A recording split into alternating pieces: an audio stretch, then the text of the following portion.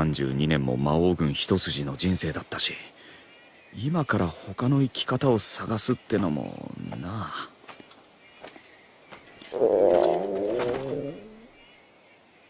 にしてもちゃんとお礼がしたいんです。美味しい食事とか。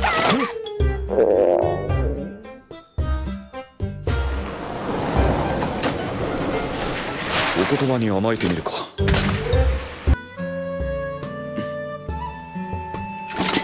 わかりました。お世話になります。ガリエルさ